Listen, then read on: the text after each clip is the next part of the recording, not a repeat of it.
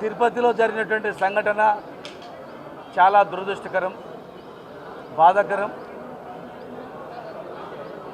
చనిపోయిన కుటుంబాలకు ప్రగాఢమైనటువంటి సంతాపం వ్యక్తం చేస్తూ ఉన్నాం.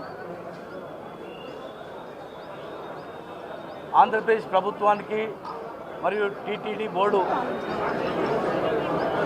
వాళ్ళందరికీ కూడా మేము విజ్ఞప్తి, ఇలాంటివి జరగకుండా పకడ్బందీ ఏర్పాట్లు చేసుకోవాల్సిన అవసరం ఉంది. లోపాలను పరిశీలించుకోవాల్సిన అవసరం ఉంది. లోపాలను సరిదిద్దుకోవాల్సిన అవసరం ఉంది. బ్రహ్మోత్సవాలు కానీ, ఇలాంటి ప్రత్యేకమైన దర్శనాలు, వైకుంఠ ఏకాదశి కానీ, ఇలాంటి సందర్భాల్లో అత్యధిక భక్తులు వచ్చేటువంటి తెలంగాణ కావచ్చు, అటు తమిళనాడు కావచ్చు, రెండు తమిళనాడు తెలంగాణ రాష్ట్రాలకు సంబంధించినటువంటి ప్రభుత్వాలతో మాట్లాడి వాళ్ళ సిబ్బందిని కూడా, అదనపు సిబ్బంది కూడా తీసుకున్నట్లయితే ఆయా రాష్ట్రాల నుంచి వచ్చే భక్తులను వాళ్ళు కంట్రోల్ చేయడానికి కూడా అవకాశం ఉంటుంది. రెండవది, ఇలాంటి సందర్భాల్లో టోకన్లు ఉన్న వాళ్ళు మాత్రమే పోవడానికి అవకాశం ఉంటుంది పైకి. కానీ టోకన్లు దొరుకుతాయని చెప్పి 10 మంది వెళ్తారు, కొంతమంది మాత్రం అవకాశం ఉంటుంది.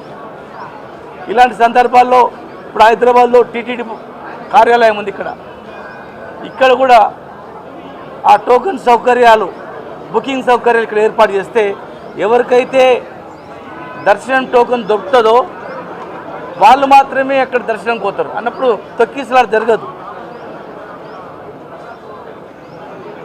టోకన్ దొరకకపోయినా ట్రై చేద్దామని పోయి చాలామంది ఆ గుంపులో ఇలాంటి సంఘటన జరిగే అవకాశం ఉంది. కనుక మీరు ఆలోచన చేసి హైదరాబాద్లో కూడా ఆ టోకన్ సౌకర్యం కలిగేటువంటి ఏర్పాటు ఇక్కడ, ప్లస్ బాధ్యులను గుర్తించి, లోపాలను గుర్తించి అలాంటి జరగకుండా చేయాలి. గతంలో మేము మా మనోభావాలను అక్కడ తెలియజేసినాం. అత్యధిక తెలంగాణ భక్తులు వస్తారు కనుక మమ్మల్ని కూడా ఈక్వల్ చూడాలని, దాన్ని వాళ్ళు స్వీకరించి మరి ఆ ఏర్పాటు కూడా చేయడం జరిగింది. చాలామంది రకరకాలుగా విమర్శలు మాట్లాడినా అంతిమంగా వాళ్ళు ఆలోచన చేసింది, వీళ్ళు అడిగిన దానిలో ధర్మం ఉంది, అత్యధిక తెలంగాణ భక్తులు వస్తున్నారు కనుక ఆ భక్తులకు, సామాన్య భక్తులకు కానీ ఇతరులకు కానీ ఈక్వల్గా చేద్దామని చెప్పి చేయడం జరిగింది. ఈ విషయంలో కూడా మేము చెప్తా ఉన్నాం, ప్రాంతంలో ఆ ప్రాంతంలో దేవుడు ఉండొచ్చు, కానీ ప్రతి ఇంటికి, తెలంగాణలో ప్రతి ఇంటి దైవం ఆ వెంకటేశ్వర స్వామి. ప్రతి కుటుంబం ఆడికి పోవాల్సిందే. కనుక అక్కడ దర్శనానికి ఇక్కడ కౌంటర్లు ఏర్పాటు చేయండి. చాలామంది భక్తులు అక్కడ పనిచేయడానికి, సేవ చేయడానికి కూడా వస్తారు. ఇంకా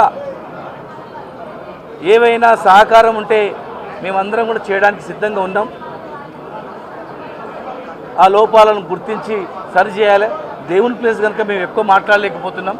దయచేసి మీరే సమీక్షించుకొని పునరావృతం కాకుండా చేయాలా. ఎవరైతే గాయపడిన వాళ్ళు ఉన్నారో మరి అక్కడ ఒకవేళ వైద్యం సరిగా అందకపోతే హైదరాబాద్ పంపిస్తే ఆ గాయపడినటువంటి వాళ్ళందరినీ మేము దగ్గరుండి బాగు చేయిస్తాం.